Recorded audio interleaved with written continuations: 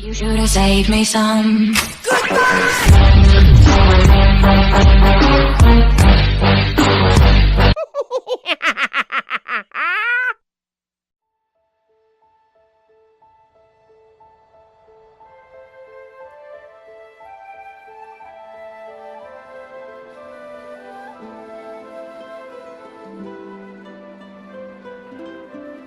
It all happened like I knew it would.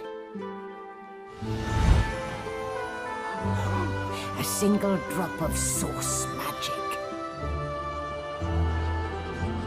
And, like flies to honey, the monsters swarmed. The rebel panicked. The carnage began. And the Magisters pointed their fingers at me. Just as I'd planned. I was shackled and collared, and sent to Fort Joy.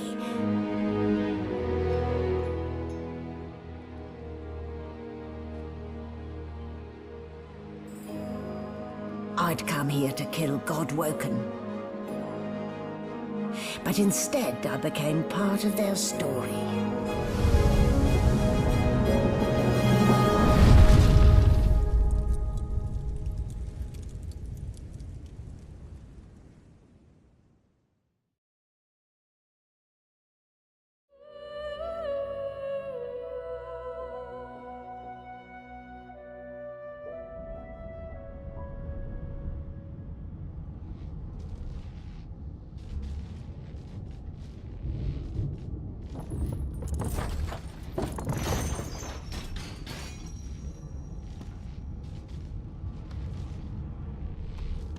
So it wasn't a dream after all. Oh, I don't even remember them strapping me down.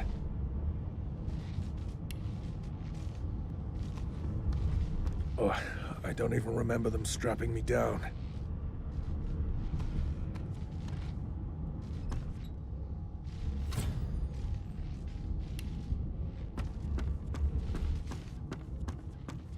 You're there. Not too tight, I hope. The collar, I mean. Oh, not to worry. Every dog has to get used to its leash. In the meantime, your next stop will be Magister William. All passengers have to be registered in the ship's manifest, and he's the chap in charge of the logs. You'll find him on the other side of this deck, in the officers' quarters.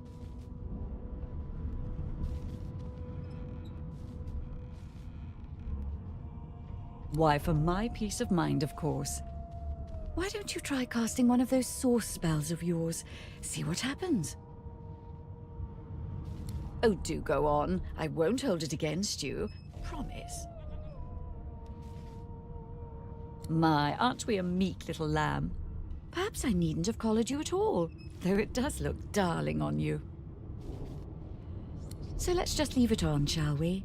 Because, to answer your question, what the collar does is this. It makes you unable to cast source. For your own peace of mind, of course. Yours and the whole world's.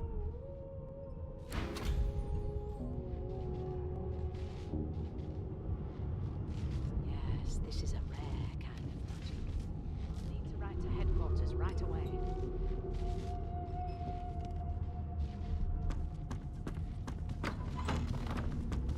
A young Magister stands pale and silent. Her knuckles whiten around her weapon as you pass. Good God. Behind the Magister, a bloodied mass lies in a heap. Gore and limbs lie at odd angles. You can't make out a face amid the mess.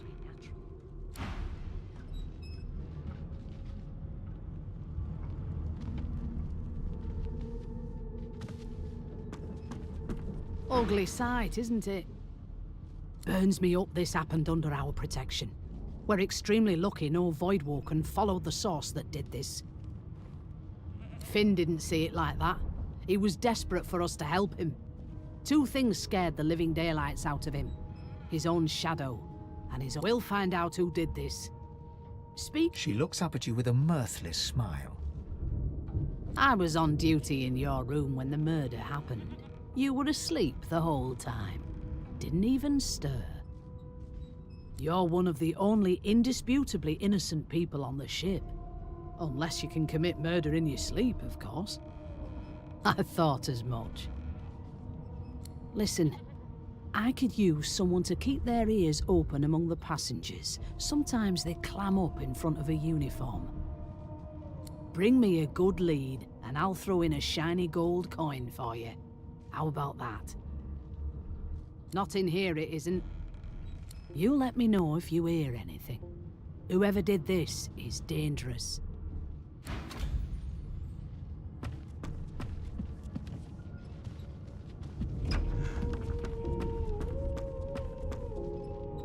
The hatch is blocked. I'll need to find another way. Did the murderer take him into this room? I know you can. Or was he already? That's enough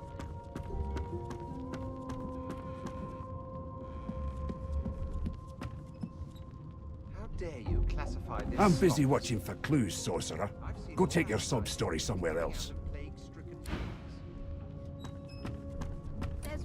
There's nothing else I can make, Your Majesty. Turnips and water are all I was given.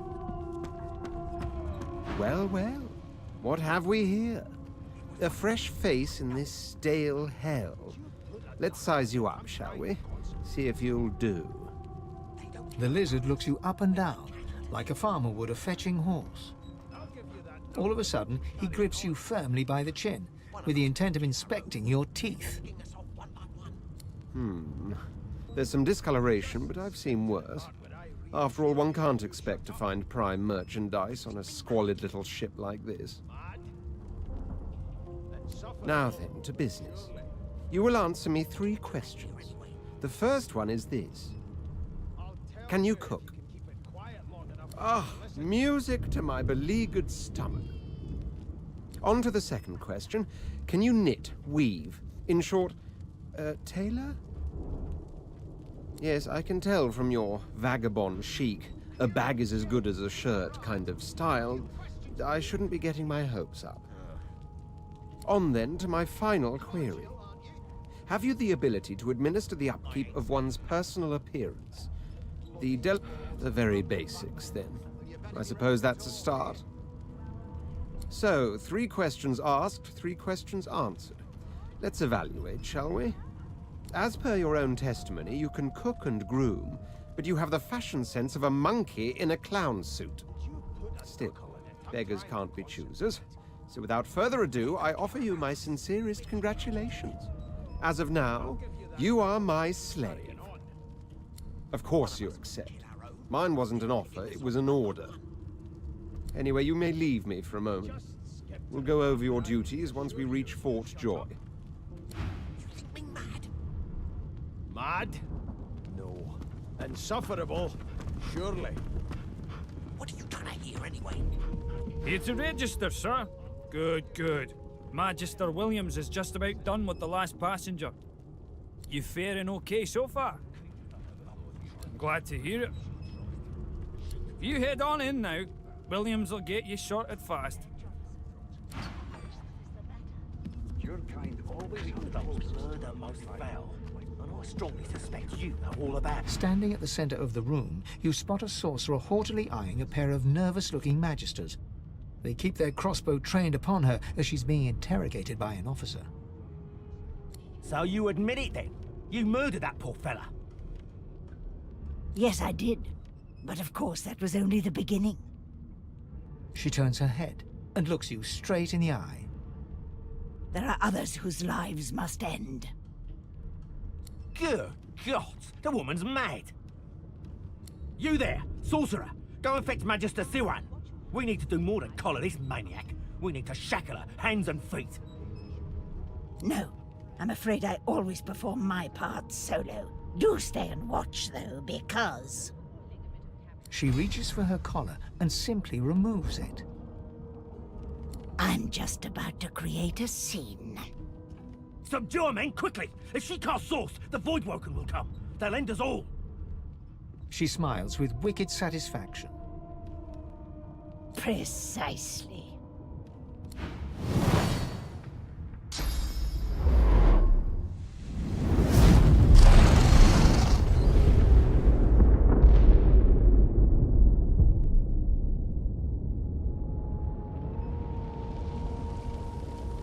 What's happened?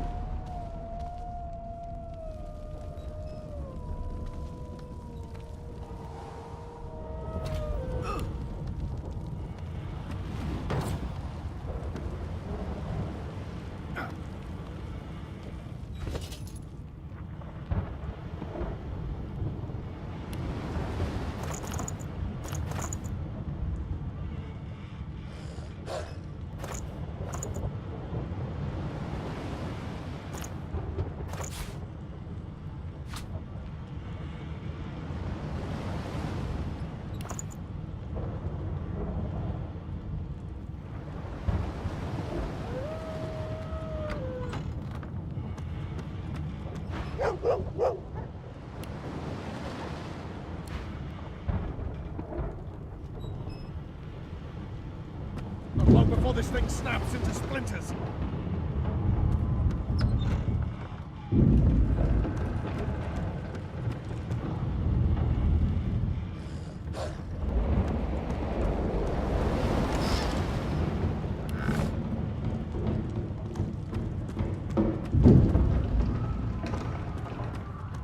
What in blazes?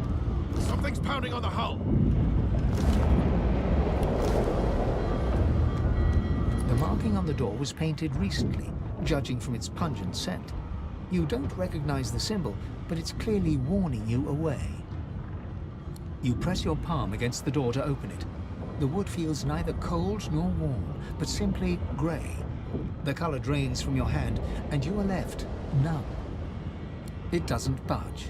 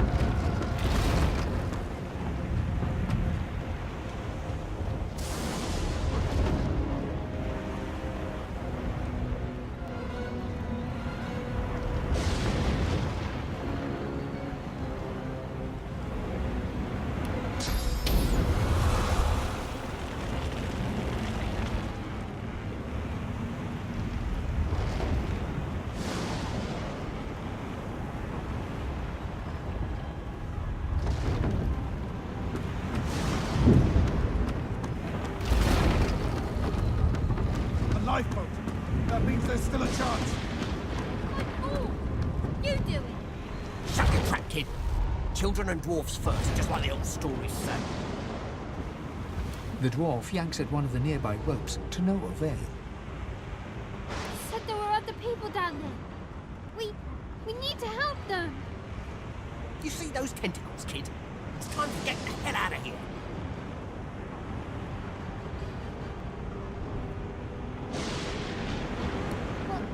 But wait! There's still people down there. As the boat rocks downward, a hallowed ancient empire prayer passes through your mind. Cleanse with flames my failures. Ancient kin, perfect me. You clench your eyes and brace for impact.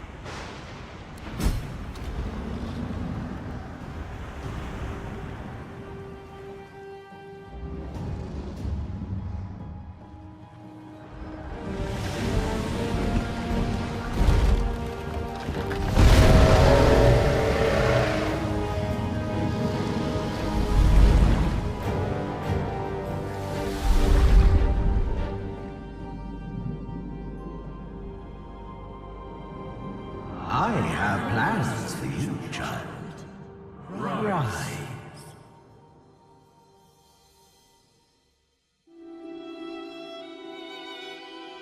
Honorable Dallas, we lost a ship sailing sorcerer prisoners to Fort Joy.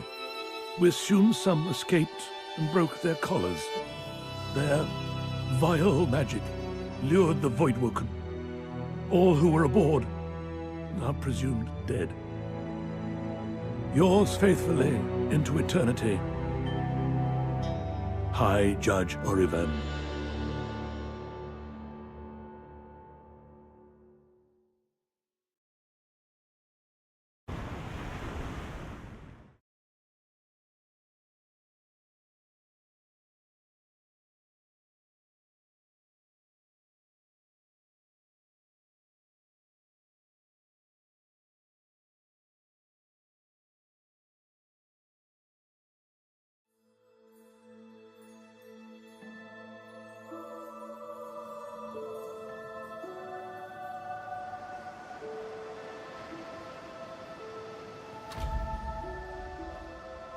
Those Voidwoken made short bloody work of the ship.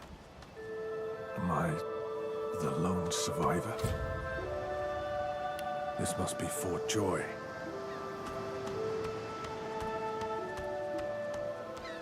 I thought the Order would get rid of any trace of the old Source King.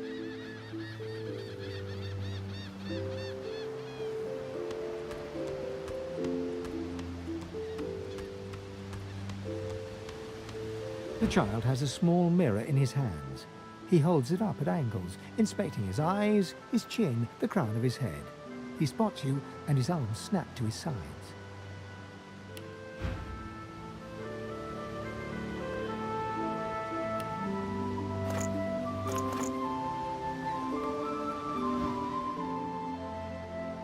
I'm not supposed to talk to lizards.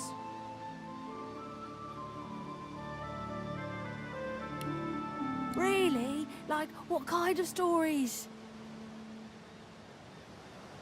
A dragon that marries an elf? That sounds silly. Can I hear it anyway? You warmly tell the tale of the dragon, but despite your best efforts, you notice that your knowledge of legends and monsters is somehow upsetting the child. Are you a sorcerer? One of those... The child looks at you straight on, unafraid, searching your face. He lifts his mirror to his nose, closes one eye, and looks at himself again. I don't see any source on you or me. I guess they're wrong, or better here than inside.